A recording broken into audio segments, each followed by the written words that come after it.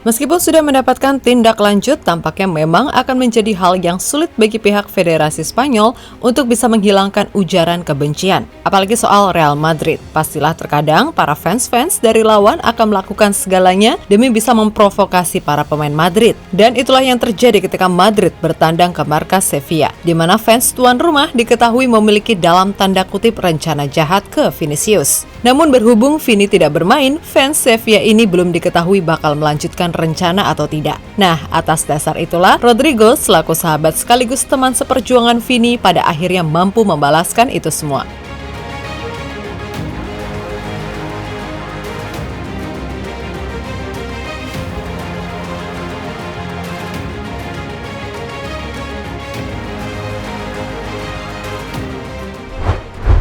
Real Madrid bertandang ke markas Sevilla dalam pekan ke-37 La Liga, di mana El Real tentu mengusung misi wajib menang guna paling tidak mengamankan posisi kedua dan tidak berada di bawah sang rival sekota Atletico. Nah, dalam pertandingan kali ini Ancelotti harus kehilangan Benzema dan Vinicius Junior yang mesti absen, di mana Benzema harus menepi karena sedikit cedera, sedangkan Vini selain cedera lutut, ia juga absen terkait masalah beberapa waktu lalu. Alhasil, Valverde dan Ceballos pun ditempatkan sebagai winger guna mendampingi Rodrigo yang kali ini bertindak sebagai penyerang tengah.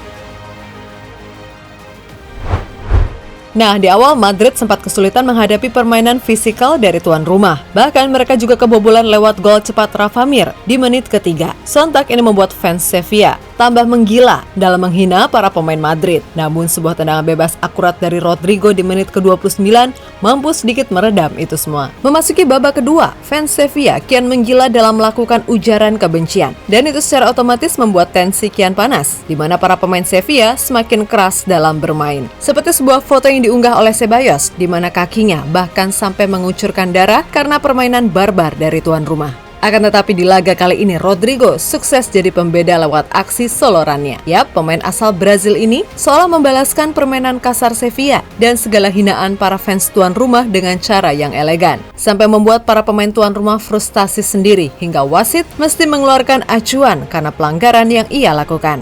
Dan hingga akhirnya Madrid pun bisa menutup laga dengan comeback 2-1 sekaligus mengunci posisi 2 dengan keunggulan 4 poin atas Atletico.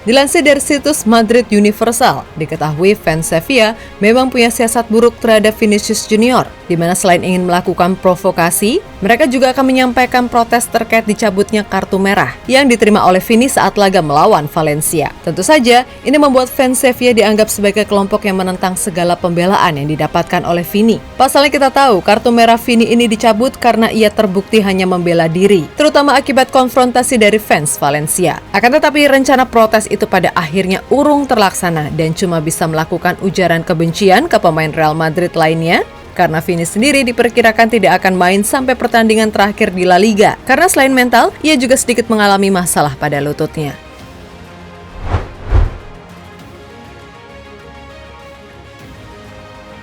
Sebagai pemain yang memang punya hubungan dekat dengan Vini karena satu ras dan satu bangsa. Alhasil Rodrigo ini jadi pelampiasan provokasi dari fans Sevilla. Namun itu semua pada akhirnya tidak berpengaruh apa-apa dan justru membuat Rodrigo bermain kesetanan di lapangan. Ya, pemain asal Nigeria Samba itu mampu jadi aktor di balik comebacknya Real Madrid lewat 2 gol yang ia lesahkan sekaligus membungkam fans tuan rumah.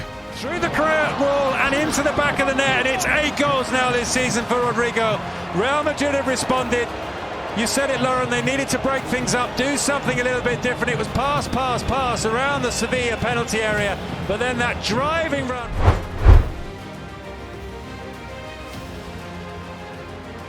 Nah, setelah 2 kali mengeluarkan statement yang cukup membuat jengkel, kini Tebas lagi-lagi membuat semua orang tambah awkward karena terkesan terlalu cari muka. Yap, usai laga melawan Sevilla, Tebas mendadak mengeluarkan pernyataan yang dianggap hanya ingin memperbaiki citranya saja, di mana ia kini ingin dianggap sebagai si paling peduli rasis. Dengan sok perhatian kepada Vini. Saya tidak ingin mengkritik Vinicius. Rasa frustasi saya adalah kesalahan saya. Saya mengerti bahwa Vinicius frustasi karena dia tidak mengerti tentang pembagian kekuasaan. Tetapi saya juga frustasi karena saya tahu tentang hal itu dan tidak ada sanksi. Ucap Tebas dilansir dari Football Espana.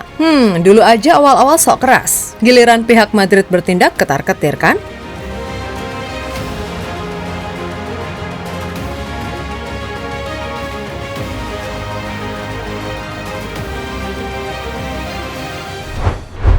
Sementara itu, di luar dari segala kasus yang terjadi, Madrid sendiri pada akhirnya telah menemukan kesepakatan harga terkait dengan transfer Jude Bellingham, di mana dana sekitar 100 juta euro plus add-on 24 juta euro telah disetujui oleh pihak Dortmund, dan diperkirakan minggu depan pemain asal Inggris tersebut bisa segera menyelesaikan proses transfernya.